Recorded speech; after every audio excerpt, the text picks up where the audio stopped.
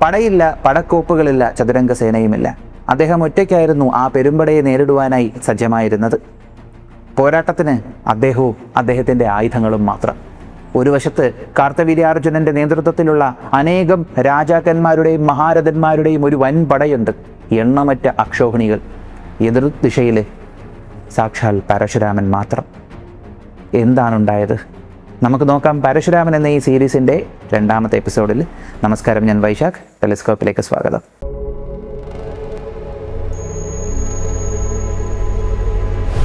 ഹരഹര മഹാദേവ എന്ന് ഉറക്ക വിളിച്ചുകൊണ്ട് കയ്യിൽ തൻ്റെ പരശുവുമേന്തി പരശുരാമൻ അവിടെ നിന്ന സമയത്ത് ആ പട നടുങ്ങി. എന്നിരുന്നാൽ പോലും രാജാക്കന്മാർ ഒരുമിച്ച് പോരാട്ടത്തിനുള്ള ധ്വനി മുഴക്കിയപ്പോൾ പടയുടെ മുന്നിലുണ്ടായിരുന്ന ഒരു കൂട്ടം പടയാളികൾ പരശുരാമന് നേരെ പാഞ്ഞെടുത്തു. പരശുരാമൻ നിന്നടുത്തുനിന്ന് പിറക്കോട്ട് പോയില്ല. അദ്ദേഹത്തിൻ്റെ അടുത്തേക്ക് എണ്ണമറ്റ കുതിര സൈന്യങ്ങളും കാലാൾ പടയാളികളും ആർത്തിരച്ചു വരുന്നുണ്ട്. ഈ പടയാളികളെല്ലാവരും അതിശക്തരാണെന്ന് കണ്ടാൽ തന്നെ അറിയാം. പരശുരാമൻ ഇവരെ എല്ലാവരെയും അത്ഭുതപ്പെടുത്തിക്കൊണ്ട് അവർക്ക് നേരെ പാഞ്ഞു കയറിയിട്ട് അദ്ദേഹം തൻ്റെ മഴു ചുഴറ്റി അവർക്കിടയിലേക്ക് കയറിയപ്പോൾ അവിടെ അംഗവിച്ഛേദനങ്ങളും അതുപോലെ കബന്ധങ്ങൾ ഉരുളുകയുമായിരുന്നു. തൻ്റെ മഴു വീശുന്ന ഓരോ നിമിഷവും ആ ദൂരെ നിന്ന് രാജാക്കന്മാർക്ക് കാണാൻ കഴിയുന്നുണ്ട് പരശുരാമൻ്റെ മഴുവിൽ നിന്ന് ചുവന്ന നിറത്തിൽ എന്തോ ഇങ്ങനെ തെറിച്ചുകൊണ്ടിരിക്കുന്നത്. എല്ലുകൾ നുറുങ്ങുന്ന ശബ്ദം അവർക്ക് കേൾക്കാമായിരുന്നു. ആളുകളുടെ നിലവിളിയും കേൾക്കാമായിരുന്നു. അത്രയും നേരവും കാലാൾ പടയാളികളുടെയും പടയാളികളുടെയും കുതിരകളുടെയും ശബ്ദമാണ് കേട്ടിരുന്നുവെങ്കിൽ അടുത്തത് കേട്ടു തുടങ്ങിയത് ഗജസേനയുടെ നിലവിളിയായിരുന്നു. അവരൊന്ന് സൂക്ഷിച്ചു നോക്കിയപ്പോൾ അവിടെ നിന്ന് ചാടിപ്പൊങ്ങി പരശുരാമൻ ശത്രു സൈന്യത്തിൻ്റെ നടുക്കോട്ട് കയറി അവിടെ ഒരു കൊടുങ്കാറ്റായി മാറി അങ്ങോട്ടേക്കും ഇങ്ങോട്ടേക്കും അതിവേഗത്തിൽ സഞ്ചരിച്ചുകൊണ്ട് തൻ്റെ പരശു കൊണ്ട് പ്രതിയോഗികളെ നെല്ലറുക്കും പോലെ അറുത്തു വീഴ്ത്തുന്നുണ്ടായിരുന്നു. രാജാക്കന്മാർക്കെല്ലാവർക്കും കലിപൂണ്ടു. കാർത്തവീര്യാർജുനൻ അലറി വിളിച്ചുകൊണ്ട് നിന്ന സമയം മത്സ്യദേശത്തെ രാജാവ്, അത് മംഗളനായിരുന്നു. മത്സ്യദേശത്തിലെ രാജാവ്, അതെ, വിരാട രാജാവ് ഭരിച്ചിരുന്ന അതേ മത്സ്യദേശം തന്നെയാണ് ആ കാലം അവിടെ ഭരിച്ചിരുന്നത്. മംഗളൻ എന്ന രാജാവായിരുന്നു. അപ്പോൾ മംഗളൻ എന്ന രാജാവ് തൻ്റെ പെരുമ്പടയായിട്ട് ഏകദേശം ഒരു അക്ഷോഹിണിയോ ഒന്നിൽ കൂടുതൽ അക്ഷോഹിണിയോ ഉണ്ട് കേട്ടോ. ഈ രാജാക്കന്മാരെല്ലാവരും ഒരു അക്ഷോഹിണിയൊക്കെ ആയിട്ടാണ് വന്നേക്കുന്നത്. അപ്പോൾ ഒരു അക്ഷോഹിണി പടയുമായിട്ട് പരശുരാമന് നേരെ പാഞ്ഞു. മംഗളൻ തൻ്റെ വില്ലിൻ്റെ ഞാണ് മുറുക്കി കെട്ടുന്ന സമയം തൻ്റെ കൂടെ ഉണ്ടായിരുന്ന സൈനികരോട് പരശുരാമനെ കടന്നു കയറി ആക്രമിക്കാൻ പറഞ്ഞു. ഞാണ് മുറുക്കി കെട്ടി മംഗളൻ പൊങ്ങി നോക്കുമ്പോൾ കാണുന്ന കാഴ്ച അലറിക്കൊണ്ട് പരശുരാമൻ തൻ്റെ മഴു വീശുന്നതും മുന്നിലേക്ക് വന്ന 50ഓളം സൈനികർ അവിടെ വധിക്കപ്പെട്ടു വീഴുന്നതുമായിരുന്നു. ഇപ്പോൾ ഭൂമി ഏകദേശം ചുവന്ന നിറത്തിലായി. പരശുരാമൻ തൻ്റെ മുന്നിലേക്ക് എത്ര പടയാളികൾ വരുന്നുവോ തെല്ലും ഭയക്കാതെ അവർക്കിടയിലേക്ക് മഴു ചുഴറ്റി കയറുകയാണ്. അദ്ദേഹം ഓരോ മുറകൾ മാറ്റി ചവിട്ടിയും തൻ്റെ മൂവ്മെൻറ്റുകളെല്ലാം അതിവേഗത്തിലും പിന്നോട്ടുമൊക്കെ ആക്കി പോരാടിക്കൊണ്ടിരുന്ന ആ സമയം പടയാളികൾക്ക് അദ്ദേഹത്തിൻ്റെ അടുത്തോട്ട് പോലും പോകാൻ കഴിഞ്ഞില്ല. കാരണം പോകുന്ന ആളുകളെ സുദർശനം അറുത്ത് വീഴ്ത്തുന്നത് പോലെ പരശുരാമൻ ഇങ്ങനെ തൻ്റെ പരശു ചുഴറ്റി വീഴ്ത്തിക്കൊണ്ടേയിരുന്നു. ഈ സമയം പരശുരാമനെ ചുറ്റി നിന്ന സൈനികരെല്ലാവരും ഭയന്നു തുടങ്ങി. കാരണം ആര് പരശുരാമൻ്റെ അടുത്തേക്ക് പോയാലും പരശുരാമൻ്റെ മഴു കൊണ്ടവർ വീഴുകയാണ്. അങ്ങനെ കുറച്ചു നേരം കഴിഞ്ഞപ്പോൾ എല്ലാവരും പരശുരാമനെ ഭയന്ന് പരശുരാമനിൽ നിന്ന് 10 അടി പിന്നോട്ടേക്ക് പോയി. ദൂരെ നിന്ന് രാജാക്കന്മാർ നോക്കുമ്പോൾ ചുവന്ന നിറത്തിൽ മഴവും പിടിച്ച് പരശുരാമൻ ഇങ്ങനെ പല്ലുമുറുമി നിൽക്കുന്ന ആ ഒരു നിൽപ്പാണ്. പടയാളികളെല്ലാം ഭയന്നിങ്ങനെ പിറക്കോട്ട് പോകുന്നു. ഒരു വൃത്തത്തിനുള്ളിൽ പരശുരാമൻ ഒരു സിംഹത്തെ പോലെ നിൽക്കുന്നു. ഈ സമയം ആകാശത്തുകൂടെ എന്തോ പാഞ്ഞു വരുന്ന ശബ്ദം കേട്ട് പരശുരാമൻ ആ ദിശയിലേക്ക് തൻ്റെ പരശു ഇങ്ങനെ പരശു വീശിയപ്പോൾ പറന്നു വന്ന ഒരു അമ്പ് 2 കഷ്ണമായി മുറിഞ്ഞു വീഴുകയും ചെയ്തു. ഇപ്പോൾ പരശുരാമൻ തൻ്റെ മുഖം മഴ കൊണ്ടിങ്ങനെ മറച്ചു പിടിച്ചേക്കുകയാണ്. കാരണം ഈ വീശിയിട്ടിങ്ങനെ പിടിച്ചേക്കുകയാണേ. പതുക്കെ ആ മഴ മാറ്റുന്നതിനനുസരിച്ച് പരശുരാമൻ്റെ കണ്ണുകൾ ആ രാജാവിനും സൈന്യാധിപനും കാണാൻ കഴിഞ്ഞു. ആ കണ്ണിലെ തീക്ഷ്ണത മാത്രം മതി ആ സൈന്യത്തിനെ ചുട്ടരിക്കാനായിട്ട്. അത്രത്തോളം കോപം. ഉടനെ തന്നെ പരശുരാമന് നേരെ അസ്ത്രങ്ങൾ എയ്തുകൊണ്ട് മത്സ്യദേശത്തെ രാജാവായ മംഗളൻ പാഞ്ഞെടുത്തപ്പോൾ പരശുരാമൻ മഴു ചുഴറ്റി ആ അസ്ത്രങ്ങളെല്ലാം മുറിച്ച് കളഞ്ഞിട്ട് തൻ്റെ മഴു ഒരു ദിശയിലേക്ക് ചുഴറ്റി എറിഞ്ഞു. ആ മഴു ഇങ്ങനെ കറങ്ങി ഈ സൈന്യത്തിനുള്ളിലോട്ട് കയറി. മഴുവിൻ്റെ പിടിവന്നടിക്കുന്നവന്മാർ അടികൊണ്ട് വീണു. മഴുവിൻ്റെ മൂർച്ചയുള്ള ഭാഗം തട്ടുന്നവന്മാർ ആ സ്പോട്ടിൽ തന്നെ അറുത്ത് വീഴുകയാണ്. അങ്ങനെ ഈ മഴു ഇങ്ങനെ കറങ്ങിക്കൊണ്ടിരിക്കുകയാണ്. അത്ര ഫോഴ്സോടെയാണ് പരശുരാമൻ ഈ മഴു എറിഞ്ഞത്. അങ്ങനെ രാജാക്കന്മാർ നോക്കിയാണ് ഈ മഴു എറിഞ്ഞ രീതി, അതിങ്ങനെ പൊക്കോണ്ടിരിക്കുന്നു. ഈ സമയം പരശുരാമൻ എന്തോ ഉരുവിട്ടുകൊണ്ട് തൻ്റെ വലത്തെ കൈ മുന്നോട്ട് നീട്ടിയപ്പോൾ അതിശക്തമായിട്ടുള്ളൊരു വില്ല് കയ്യിൽ വന്നു. ആ വില്ലെന്നൊക്കെ പറയുമ്പോൾ എന്ത് ഭാരവും താങ്ങാൻ കെൽപ്പുള്ളൊരു വില്ല്. ഈ സമയം പരശുരാമൻ്റെ മുതുകത്ത് പരശുരാമൻ വെച്ച് കെട്ടിയിരുന്ന തുണി എടുത്തങ്ങ് മാറ്റിയ സമയത്ത് അവിടെ അമ്പൊടുങ്ങാത്ത ആവനാഴിയിൽ തിളക്കങ്ങൾ കണ്ടു. അതായത് അസ്ത്രങ്ങൾ അവിടെ രൂപപ്പെടുന്നു. അമ്പൊടുങ്ങാത്ത ആവനാഴിയിൽ നിന്ന് പരശുരാമൻ അസ്ത്രങ്ങൾ എടുക്കുന്നതും തൊടുക്കുന്നതും ആളുകൾക്ക് മനസ്സിലാവുന്നില്ല. കാരണം അത്രത്തോളം കൈവേഗം. പരശുരാമൻ ഈ വില്ലിങ്ങനെ അനക്കുന്നുണ്ട്, കൈകളും ഇങ്ങനെ അനക്കുന്നുണ്ട്. ഈ വില്ലിൽ നിന്ന് അസ്ത്രങ്ങൾ ഇങ്ങനെ പാഞ്ഞു പൊയ്ക്കൊണ്ടിരിക്കുകയാണ്. ഈ അസ്ത്രങ്ങൾ എയ്യുന്നതിൻ്റെ കൂട്ടത്തിൽ പരശുരാമൻ ഉഗ്രമന്ത്രങ്ങളും ഉരുവിടുന്നുണ്ട്. മന്ത്രങ്ങൾ ഉരുവിട്ട് അസ്ത്രങ്ങൾ എയ്യുമ്പോൾ ഒരസ്ത്രം തന്നെ 50 അസ്ത്രമായിട്ടൊക്കെ സ്പ്ലിറ്റായാണ് പോകുന്നത്. അങ്ങനെ ഈ അസ്ത്രങ്ങളെല്ലാം വന്ന് മംഗളൻ എന്ന രാജാവിൻ്റെ പടയെ ഇങ്ങനെ തകർത്തുകൊണ്ടിരുന്നപ്പോൾ ആ രാജാവിന് സഹിക്കാൻ കഴിഞ്ഞില്ല. രാജാവ് ഉടനെ രാജാവിൻ്റെ ഭാഗത്തു നിന്നും രാജാവിൻ്റെ കൂടെ ഉണ്ടായിരുന്ന ധനുർധാരികളും എല്ലാവരും കൂടെ പരശുരാമനെ മാത്രം ലക്ഷ്യം വെച്ച് അസ്ത്രങ്ങൾ എയ്തു. ആകാശത്ത് പരശുരാമൻ പൊങ്ങി നോക്കിയപ്പോൾ മേഘങ്ങളിൽ നിന്ന് അസ്ത്രങ്ങൾ മഴയായി പെയ്യുന്നു. അതായത് മഴത്തുള്ളികൾക്ക് നീളം കൂടി ബഹുവർണ്ണത്തിലായാൽ എങ്ങനെ ഇരിക്കും, അതുപോലെ അസ്ത്രങ്ങൾ വരുന്നു, ആകാശം കാണാൻ പറ്റാത്ത രീതിക്ക്. പരശുരാമൻ ഉടനെ തന്നെ തൻ്റെ വില്ലിങ്ങനെ ഉയർത്തിപ്പിടിച്ചു. എന്നിട്ട് ഒരു മന്ത്രജപം ജപിച്ച് ഞാണിലേക്ക് പിടിച്ചപ്പോൾ ഈ വില്ലിന് ചുറ്റും കാറ്റ് രൂപപ്പെട്ടു തുടങ്ങി. കൊടുങ്കാറ്റിങ്ങനെ രൂപപ്പെട്ടു തുടങ്ങി ഈ വില്ലിന് ചുറ്റും. ഞാനിങ്ങനെ പുറക്കോട്ട് വലിച്ചപ്പോൾ അവരുടെ അസ്ത്രം രൂപീകരിക്കപ്പെട്ടു. എന്നിട്ട് ആ ഞാണ് വിട്ട സമയം ഈ ഒരു വില്ലിൽ നിന്ന് ഗംഭീരമായിട്ടുള്ളൊരു ചുഴലിക്കാറ്റുണ്ടായി. പറന്നു വരുന്ന ഈ അസ്ത്രങ്ങളെല്ലാം അടിച്ചു തെറിപ്പിച്ചു. ഈ അസ്ത്രങ്ങളെ തകർത്തില്ല, അടിച്ചു തെറിപ്പിച്ചു വിടുന്ന ഈ അസ്ത്രങ്ങളെല്ലാം പോയി കൊള്ളുന്നത് രാജാവിൻ്റെ കൂടെയുള്ള സൈനികരുടെ ദേഹത്ത്. കാരണം എന്താണ്? എല്ലാവർക്കും പരശുരാമൻ മാത്രമാണ് ലക്ഷ്യം. പരശുരാമൻ എല്ലാവരും ലക്ഷ്യമാണ്. അങ്ങനെ എല്ലാവരുടെ മേത്തും വന്ന് വീഴും അത്. അങ്ങനെ പരശുരാമൻ ഇങ്ങനെ അലറി വിളിച്ച് നിന്ന സമയം ഈ ഒരു വായവ്യാസ്ത്രം പരശുരാമൻ തൊടുത്തപ്പോൾ തന്നെ അവർക്ക് മനസ്സിലായി, ഭൂമിയിലുള്ള ആരും പഠിപ്പിച്ചു കൊടുത്തതല്ല, ഇത് വേറെ ആരോ പഠിപ്പിച്ചു കൊടുത്ത. ആരാ? സാക്ഷാൽ മഹാദേവൻ. അതിൻ്റെ ഒരു എഫക്റ്റ് കാണാനുണ്ടായിരുന്നു. ആ ഒരു കാറ്റ് അത്രയും ശക്തമായിട്ട് അവിടെ ഇങ്ങനെ വീശിക്കൊണ്ടിരിക്കുകയായിരുന്നു. ഈ സമയം മംഗളൻ എന്ന രാജാവ് അദ്ദേഹം ഒരു ദിവ്യാസ്ത്രം പ്രയോഗിച്ചു, പർവ്വതാസ്ത്രത്തിൻ്റെ പ്രഭാവത്തിൽ വായവ്യാസ്ത്രത്തെ ഒരുവിധം ശമിപ്പിക്കാൻ മംഗളന് കഴിഞ്ഞു. എന്നിട്ട് പിന്നീട് ചുറ്റിനും നിന്ന ആളുകൾ 10 അടി 20 അടി ഒന്ന് മാറി നിൽക്കുക. കാരണം ഈ മംഗളൻ എന്ന രാജാവും പരശുരാമനും അങ്ങോട്ടും ഇങ്ങോട്ടും ചറപറ ദിവ്യാസ്ത്രങ്ങൾ തൊടുത്തു വിടുന്നു. അതായത് നാരാജം, ഭല്ലം, ക്ഷുരപ്രം എന്നീ പറയുന്ന സാധാ അസ്ത്രങ്ങളുണ്ടല്ലോ, അതൊക്കെ തൊടുത്തു വിടുന്നത് പോലെ ഇവർ അങ്ങോട്ടേക്കും ഇങ്ങോട്ടേക്കും ദിവ്യാസ്ത്രങ്ങൾ തൊടുക്കുന്നു. യുദ്ധഭൂമി മന്ത്രമയമാകുന്ന സമയം രണ്ടുപേരും മന്ത്രങ്ങൾ പ്രയോഗിക്കുന്നു. രണ്ടുപേരുടെയും വില്ലുകൾ തിളങ്ങുന്നു. വയ്ക്കുന്ന അസ്ത്രങ്ങൾക്ക് രൂപമാറ്റം വരുന്നു. ബഹുവർണ്ണത്തിൽ അസ്ത്രങ്ങൾ പറക്കുന്നു. വിസ്ഫോടനങ്ങൾ ഉണ്ടാകുന്നു. ഊർജ്ജ സ്രോതസ്സുകൾ തമ്മിൽ തട്ടിമുട്ടുമ്പോൾ ഉണ്ടാകുന്ന വെളിച്ചങ്ങൾ മാത്രമേ ഉണ്ടാകുന്നുള്ളൂ. ഒരു പോയിന്റ് എത്തിയപ്പോൾ പരശുരാമന് കലി അങ്ങ് കയറി. കാരണം ഇയാൾ ഇങ്ങനെ അവിടെ നിന്നുകൊണ്ടിരിക്കുകയല്ലേ. പരശുരാമന് കലി കയറിയിട്ട് പരശുരാമൻ ഉടനെ നല്ലതുപോലെ ഒന്ന് ധ്യാനിച്ചു. എന്നിട്ട് ഒരസ്ത്രമെടുത്ത് വില്ലിലേക്ക് വെച്ചിട്ട് മന്ത്രജപം തുടങ്ങി. ഇത് സാധാരണ അസ്ത്രമല്ല, വായവ്യം ആഗ്നേയം പോലത്തെ ദിവ്യാസ്ത്രമല്ല, എന്തോ കൂടിയ ദിവ്യാസ്ത്രം. കാരണം ആ അസ്ത്രത്തിന് അത്രയും തേജസ്. ജ്ഞാനികളായ ആളുകൾക്ക് അതൊരു വൈഷ്ണവ തേജസ്സാണെന്ന് മനസ്സിലായി, മഹാവിഷ്ണു ഭഗവാന്റെ തേജസ്സാണെന്ന് മനസ്സിലായി. ഈ അസ്ത്രം ഇങ്ങനെ പുറക്കോട്ട് വലിക്കുന്നതിനനുസരിച്ച് ചുറ്റിനും അതിൻ്റെ പ്രഭാവം ഉണ്ടായി. എന്തോ ഊർജ്ജം ഈ അസ്ത്രത്തിലോട്ട് ഇങ്ങനെ വലിഞ്ഞു കയറുന്നത് പോലെ പരശുരാമൻ്റെ ഞാണും വില്ലും എല്ലാം തിളങ്ങുന്നു. ഈ ഞാണ് വിട്ട സമയം ഊർജ്ജത്തിൻ്റെ ആ ഒരു വിസ്ഫോടനം ഉണ്ടായിട്ട് ഈ അസ്ത്രം ആകാശത്ത് പോയി അഗ്നിയുടെ ഒരു ചക്രമായി മാറി. അഗ്നിയുടെ ചക്രമായി മാറിയിട്ട് അവിടെ അസ്ത്രങ്ങൾ വർഷിക്കാൻ ഒഴുങ്ങിയപ്പോഴാണ് അവർക്ക് മനസ്സിലായത് പരശുരാമൻ പ്രയോഗിച്ചിരിക്കുന്നത് നാരായണാസ്ത്രമാണ്.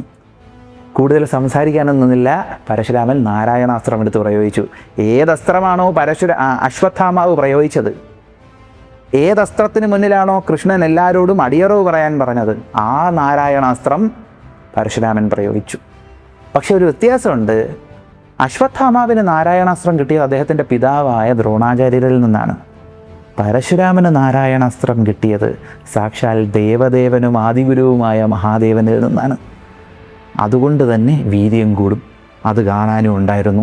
കാരണം ഈ നാരായണാസ്ത്രം അസ്ത്രങ്ങളല്ല വർഷിച്ചുകൊണ്ടിരുന്നത്, അഗ്നിജ്വാലയായിരുന്നു. ക്ഷണനേരം കൊണ്ട് മംഗളൻ എന്ന രാജാവിൻ്റെ മത്സ്യദേശത്തെ സൈന്യം കത്തിജ്വലിക്കാൻ തുടങ്ങി. കാരണം അവിടെ കൃഷ്ണനില്ല പറഞ്ഞു കൊടുക്കാൻ, നാരായണാസ്ത്രത്തെ നാരായണനായി കണ്ടുകൊണ്ട് വന്ദിക്കാൻ പറഞ്ഞു കൊടുക്കാൻ കൃഷ്ണനില്ലായിരുന്നു. അതുകൊണ്ട് ആ സൈന്യം നാമാവിശേഷമായി തുടങ്ങി. ഈ സമയം മംഗളൻ പരശുരാമനെ ആക്രമിക്കാൻ തുടങ്ങി. പരശുരാമൻ മംഗളന് നേരെ 4 അമ്പുകൾ അയച്ചു. 4 അമ്പുകൾ മംഗളൻ്റെ കുതിരയെ വധിച്ചു. എന്നിട്ട് കൊടി മുറിച്ചു, സാരഥിയെ വീഴ്ത്തി 3 അമ്പുകൾ കൊണ്ട് ആ രഥവും അങ്ങ് തകർത്ത് കളഞ്ഞു. പരശുരാമൻ അലറി വിളിച്ചുകൊണ്ട് മുന്നോട്ട് ഓടുന്ന ആ ഒരു സമയം പരശുരാമൻ്റെ കയ്യിൽ നിന്ന് വില്ല് അപ്രത്യക്ഷമായി. പരശുരാമൻ തൻ്റെ വലത്തേ കൈ ഇങ്ങനെ നീട്ടി സൈന്യത്തിൻ്റെ ഇടയിൽ നിന്ന് ചുവന്ന നിറത്തിലെ കോടാലി വന്ന് പരശുരാമൻ്റെ കയ്യിലങ്ങിരുന്നു.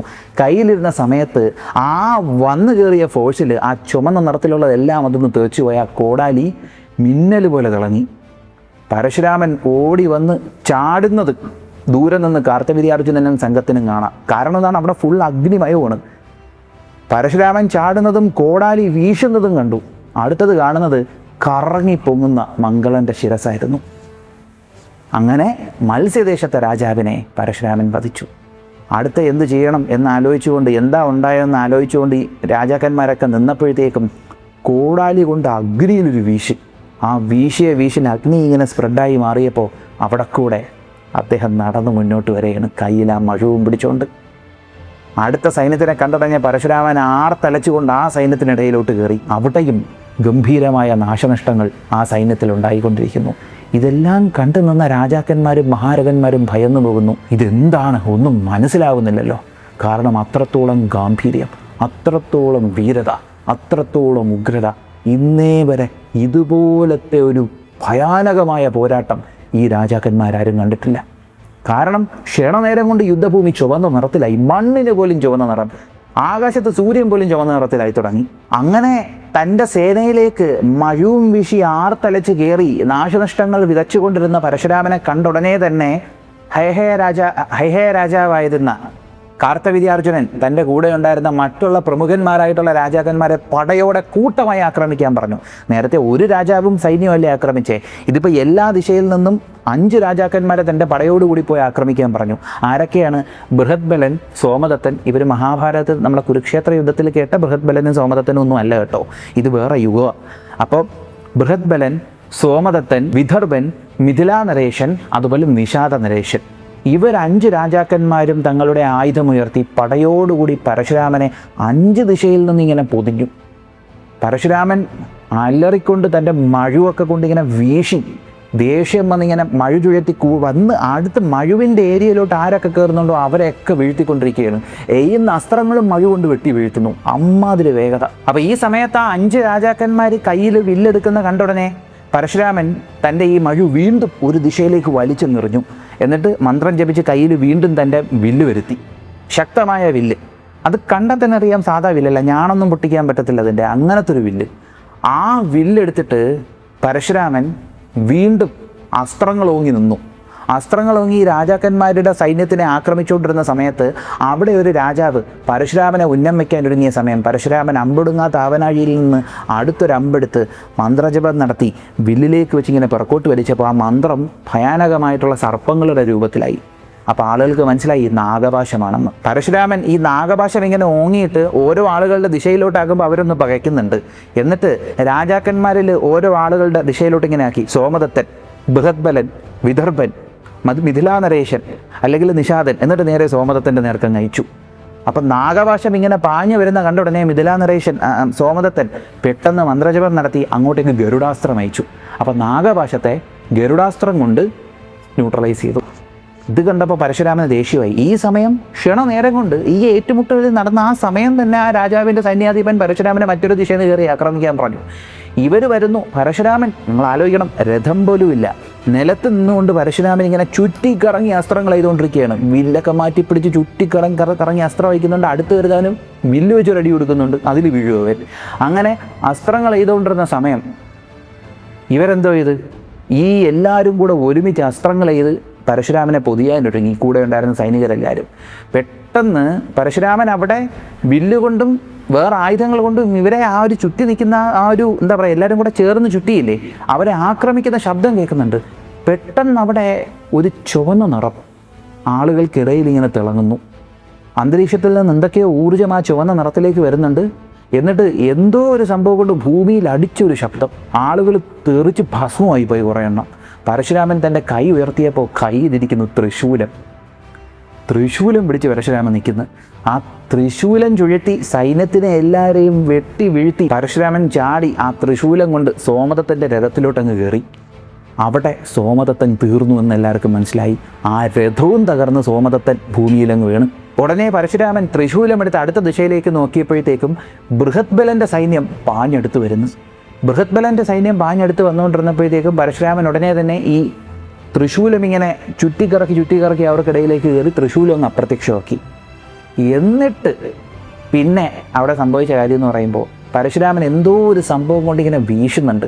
വീശുമ്പോൾ പരശുരാമനെ ചുറ്റി നിന്നിരുന്ന അത്ര ആളുകളും എത്രയോ യോജനകളിൽ തെറിച്ചു വീഴുന്നു. എന്നിട്ട് പരശുരാമൻ തൻ്റെ കൈ മുമ്പോട്ടൊന്ന് നീട്ടിയപ്പോഴത്തേക്കും മുമ്പിലുണ്ടായിരുന്ന ആളുകൾ തെറിച്ചങ്ങ് പോയി. എന്നുവെച്ചാൽ ഒരാൾ ചെന്ന് വീഴുന്നതിനനുസരിച്ച് മറ്റുള്ളവരും വീണു. അപ്പോഴാണ് കാണുന്നത് കയ്യിൽ ഗംഭീരമായിട്ടുള്ള ഒരു ഭാരം താങ്ങാൻ പറ്റുന്ന രീതി, മലയടിച്ച് തകർക്കാൻ പറ്റുന്ന രീതിയിലുള്ളൊരു ഗദ.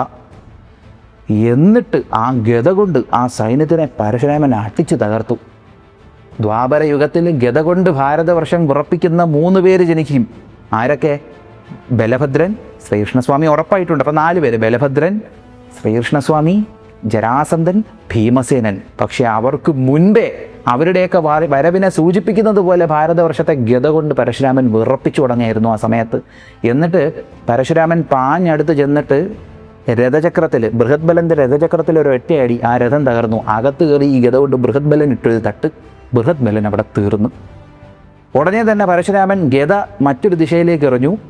ആ ഗദ ചെന്ന് അവിടെ വീണു. അത് അപ്രത്യക്ഷമായി. ആ വീണ വീക്കിൽ കുറേ പേര് അവിടെ തീർന്നു.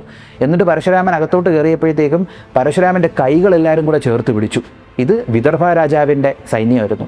അവർ പരശുരാമൻ്റെ കൈകൾ ചേർത്ത് പിടിച്ചപ്പോഴാണ്, ആയുധമില്ലാത്തപ്പോൾ പുള്ളിക്കാരൻ അവിടെ ഫൈറ്റിംഗ് മുറകൾ, കളരിയുടെ ആളാണ് അല്ലേ, കളരിയുടെ വടക്കൻ കളരിയുടെ ഗുരുവാണ് പരശുരാമൻ. കൈ കൊണ്ട് അവിടെ ഫൈറ്റിംഗ് തുടങ്ങി. അദ്ദേഹം ആ സമയത്ത് നരസിംഹമായി മാറുകയായിരുന്നു. പരശുരാമൻ ഒരു നല്ല നരസിംഹോപാസകനുമായിരുന്നു, അത് അങ്ങോട്ട് പോകുമ്പോൾ പറയാം.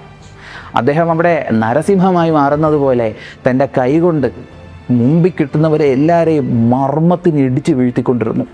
ഇങ്ങനെ ഇടിച്ചു വീഴ്ത്തി അവിടെ നിന്ന് ഒരു രാജാവ്, ഈ വിദർഭൻ ആയുധം എറിഞ്ഞപ്പോഴത്തേക്കും ആ ആയുധം തട്ടിത്തെറിപ്പിച്ച് കുതിരകളുടെ മുകളിൽ കൂടെ കയറി സാരഥിയെ വലിച്ചു കളഞ്ഞ് അകത്ത് കയറി ആ രഥത്തിലിട്ട് ഇടിച്ച് തീർത്ത് കളഞ്ഞു വിദർഭനെ ആയുധമൊന്നും ഉപയോഗിച്ചില്ല, ഇടിച്ചാ തീർത്തേ.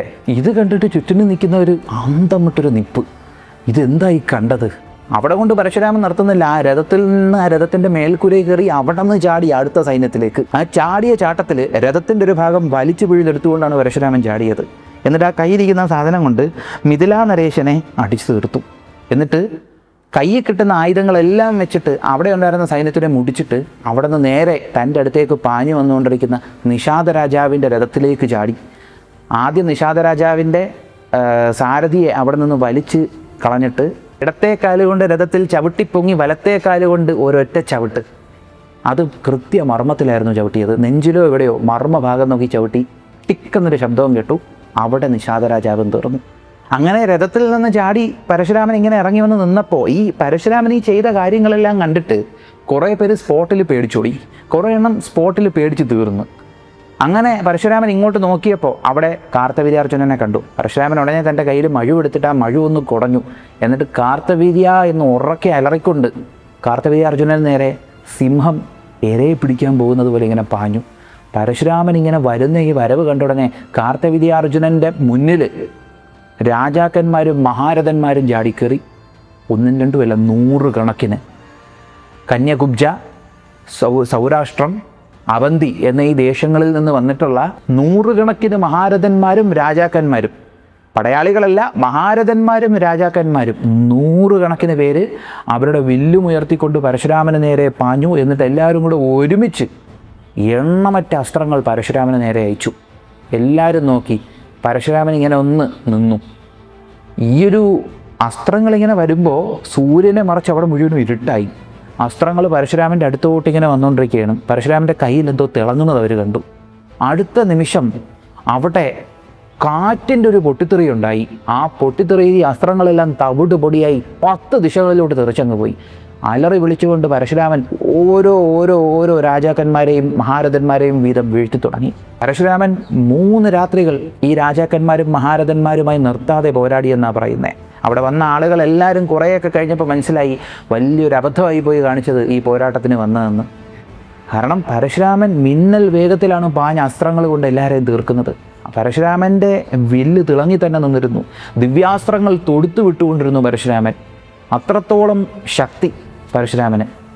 ഈ ദിവ്യാസ്ത്രങ്ങളെല്ലാം വന്ന് വീഴുന്ന സ്ഥലത്ത് അങ്ങനത്തെ വിസ്ഫോടനങ്ങൾ, അങ്ങനെ 1 2 അല്ല 12 അക്ഷൗഹിണി സേനകളെ 3 ദിവസം കൊണ്ട് പരശുരാമൻ തീർത്തു. 12 എണ്ണം കത്തിച്ചു കളഞ്ഞു പരശുരാമൻ. അങ്ങനെ സൈനികരെല്ലാവരും ഇങ്ങനെ അന്താളിച്ച് നിൽക്കുന്ന സമയം പരശുരാമൻ്റെ കയ്യിലും എപ്പോഴൊക്കെ മഴ കൊണ്ടോ അപ്പോഴൊക്കെ അവിടെ ആളുകൾ വീഴുവാണ്. അങ്ങനെ പരശുരാമൻ്റെ ഈ പോരാട്ടത്തിന് മുന്നിൽ കാർത്തവീര്യൻ്റെ സൈന്യം തകർന്ന് തരിപ്പണമായിക്കൊണ്ടിരുന്ന സമയം അവിടെ കാർത്തവീര്യൻ്റെ ഒപ്പം നിന്ന് പോരാടിക്കൊണ്ടിരുന്ന സുചന്ദ്രൻ എന്ന രാജാവ് മുന്നിലേക്ക് വന്നു. ആ രാജാവ് മുന്നിലേക്ക് വന്നപ്പോൾ തന്നെ അദ്ദേഹത്തിൽ ആ ഒരു തേജസ്, ശരിക്കും അദ്ദേഹം ഒരു ഉപാസകനാണെന്ന് കണ്ടാൽ തന്നെ മനസ്സിലാവും അത്രത്തോളം തേജസ് അദ്ദേഹത്തിന്. മഹാജ്ഞാനിയാണ്. ഇതിൽ പറയുന്നത് പരശുരാമനും അതുപോലെ ഈ രാജാവും അസ്ത്രങ്ങളിലും ശസ്ത്രങ്ങളിലും ജ്ഞാനികളാണെന്നാണ്. അപ്പോൾ ഈ കൂട്ടത്തിൽ ഒരുപക്ഷെ ഏറ്റവും കൂടുതൽ അസ്ത്രജ്ഞാനം ഉണ്ടായിരുന്ന ആളുകളിൽ ഒരാൾ ഈ സുചന്ദ്രനായിരിക്കണം. അങ്ങനെ സുചന്ദ്ര രാജാവ് പരശുരാമനുമായിട്ട് പോരാടാൻ ഒരുങ്ങി. ആദ്യം ഇരുവരും അങ്ങോട്ടേക്കും ഇങ്ങോട്ടേക്കും അസ്ത്രങ്ങൾ അയക്കുകയും അത് തകർത്തു വിട്ടുകൊണ്ടിരിക്കുകയും ചെയ്തു. പിന്നീട് പരശുരാമൻ ദിവ്യാസ്ത്രങ്ങൾ പ്രയോഗിക്കാനൊരുങ്ങി.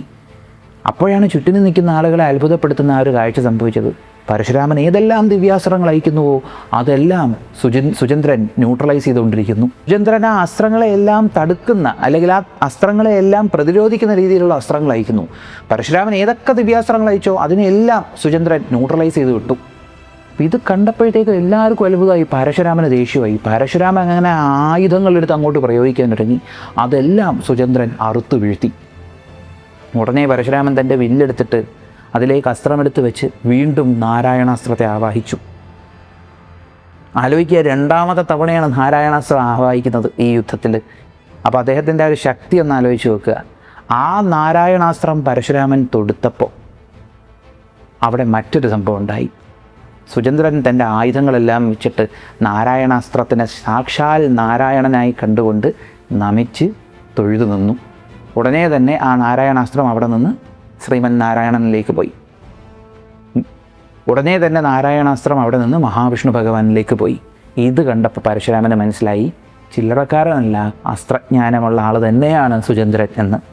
ഉടനെ പരശുരാമൻ തൻ്റെ കയ്യിൽ കിട്ടുന്ന ആയുധങ്ങളെല്ലാം സുചന്ദ്രന് നേരെ വലിച്ചെറിഞ്ഞു.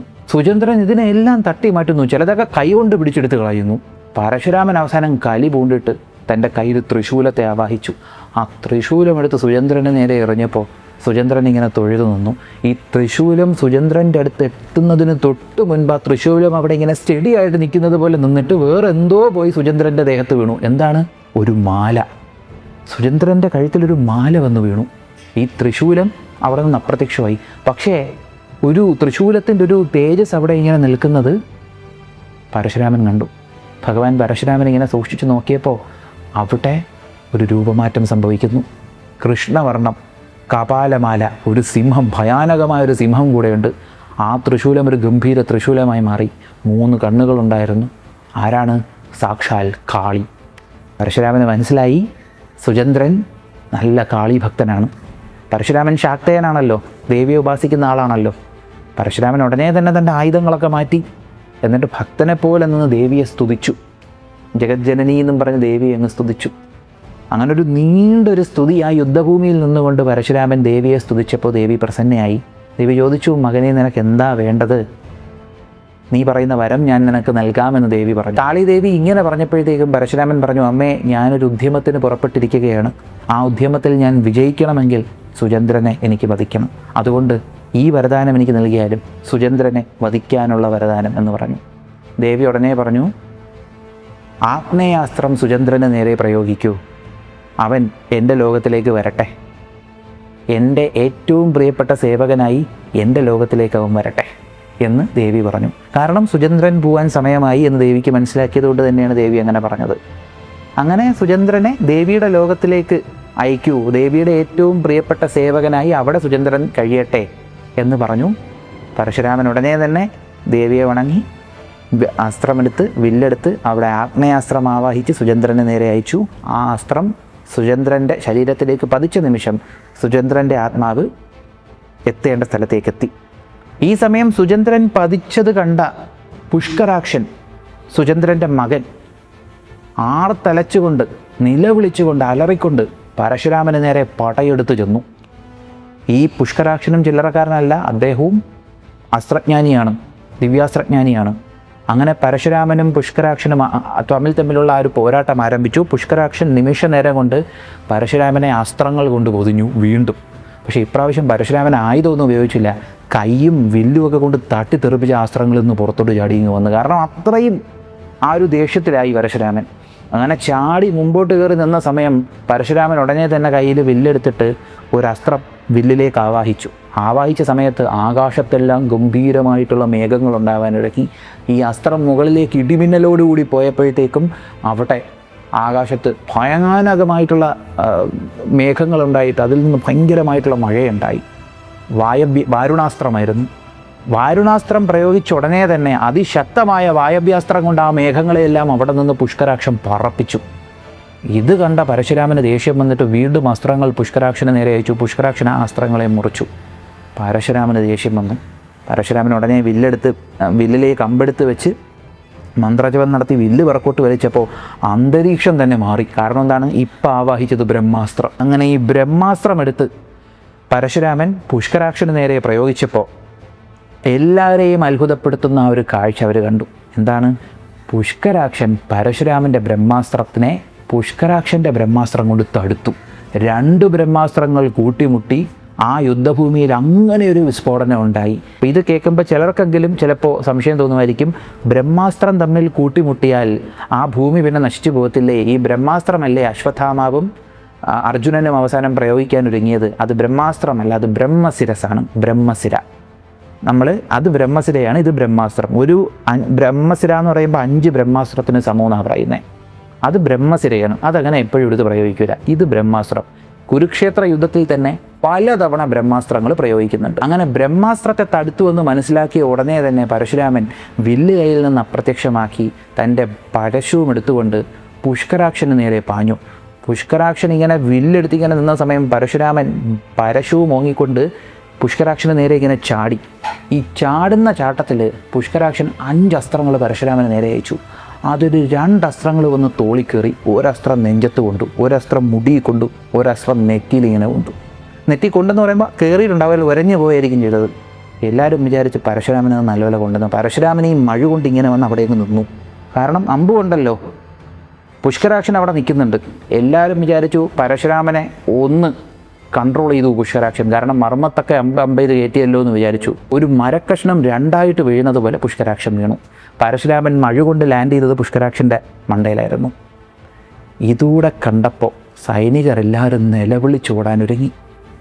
പരശുരാമൻ വിടുവോ? പരശുരാമൻ രഥത്തുനിന്ന് ചാടി ഇറങ്ങി കാർത്തവീര്യൻ്റെ കൂടെ ഉണ്ടായിരുന്ന അത്ര രാജാക്കന്മാരെയും കടന്നു കയറി ആക്രമിച്ച് അവരുടെ സൈന്യം മുടിച്ച് ഏകദേശം 9 അക്ഷൗഹിണി അങ്ങ് തകർത്തു വിട്ടു. വീണ്ടും 9 അക്ഷൗഹിണി നശിപ്പിച്ചു. ഇത് കഴിഞ്ഞപ്പോൾ പരശുരാമന് നേരെ എന്തോ ഒരു സാധനം പാഞ്ഞു വരുന്നത് പോലെ പരശുരാമന് തോന്നി. നോക്കിയപ്പോൾ ഭീകരമായിട്ടുള്ളൊരു രഥം, 100 കണക്കിന് കുതിരകൾ വലിക്കുന്ന രഥം. അതിനുള്ളിൽ സഹസ്രഭുജങ്ങളുമായിട്ട് കാർത്തവീര്യാർജുനൻ നിൽക്കുന്നു. പരശുരാമൻ ഉടനെ അലറി വിളിച്ചുകൊണ്ട് മഴവും എടുത്തുകൊണ്ട് ചാടുന്നു. കാർത്തവീര്യാർജുനൻ തൻ്റെ കയ്യിൽ ആയുധങ്ങൾ എടുക്കുന്നു. ഇതുവരെ ഈ എപ്പിസോഡ്. ഇത് കേട്ടപ്പോൾ പല ആളുകളും ചിന്തിക്കുന്നൊരു കാര്യം ഉണ്ടാവും, ഈ പരശുരാമനെയാണോ, ഈ റേഞ്ചിലുള്ള പരശുരാമനെയാണോ ഭീഷ്മർ നേരിട്ടതെന്ന്? അല്ല, ഈ റേഞ്ചിലുള്ള പരശുരാമനെ അല്ല ഭീഷ്മർ നേരിട്ടത്. കാരണം അതിനൊരു കാരണമുണ്ട്. അത് ഞാൻ അടുത്ത വീഡിയോയിൽ പറയാം. ഇതോടൊപ്പം ഒരു കാര്യം കൂടെ ഞാൻ പറയട്ടെ. ഞാനൊരു പുസ്തകം എഴുതുന്ന കാര്യം നിങ്ങൾ അറിഞ്ഞല്ലോ. വ്യാസമഹാഭാരതത്തിലെ യഥാർത്ഥ ഭീമസേനനെ കുറിച്ചാണ് ഈ പുസ്തകം. വ്യാസമഹാഭാരതത്തെ ഭീമസേനനിലൂടെ ചലിപ്പിക്കുന്നത് പോലെയാണ് ഈ പുസ്തകം എഴുതുന്നത്. അപ്പോൾ ഈ പുസ്തകത്തിൻ്റെ പ്രീ ബുക്കിംഗ് ഒക്കെ ആരംഭിച്ചിട്ടുണ്ട്. അപ്പോൾ അത് ഉറപ്പായിട്ടും പ്രീ ബുക്ക് ചെയ്യുക. അതിനെക്കുറിച്ചുള്ള ഡീറ്റെയിൽസും കാര്യങ്ങളും എല്ലാം ഞാൻ കമൻറ്റ് ബോക്സിൽ കൊടുത്തിട്ടുണ്ട്. അത് കയറി കാണുക. അപ്പം നിങ്ങൾക്ക് മനസ്സിലാവും പുസ്തകത്തിൻ്റെ വിശേഷങ്ങളെല്ലാം. അപ്പോൾ ഈ ഒരു വീഡിയോ നിങ്ങൾക്ക് ഇഷ്ടമായെന്ന് വിശ്വസിക്കുന്നു. നിങ്ങളുടെ അഭിപ്രായങ്ങളൊന്ന് കമൻറ്റ് ചെയ്തേക്കുക. നമ്മുടെ ചാനലിലേക്ക് നിങ്ങൾ ആദ്യമായിട്ടാണ് വരുന്നതെങ്കിൽ ഒന്ന് സബ്സ്ക്രൈബ് ചെയ്തേക്കുക. നമ്മുടെ ചാനലിലെ കണ്ടൻറ്റുകൾ നിങ്ങൾക്ക് ഇഷ്ടപ്പെടുന്നുണ്ടെങ്കിൽ നിങ്ങളുടെ ബന്ധുമിത്രാദികൾക്കും പറ്റുമെങ്കിൽ ശത്രുക്കൾക്കും ഒന്ന് അയച്ചു കൊടുക്കുക. മറ്റൊരു വീഡിയോയിൽ മറ്റൊരു കണ്ടൻറ്റുമായി കാണുന്നതുവരെ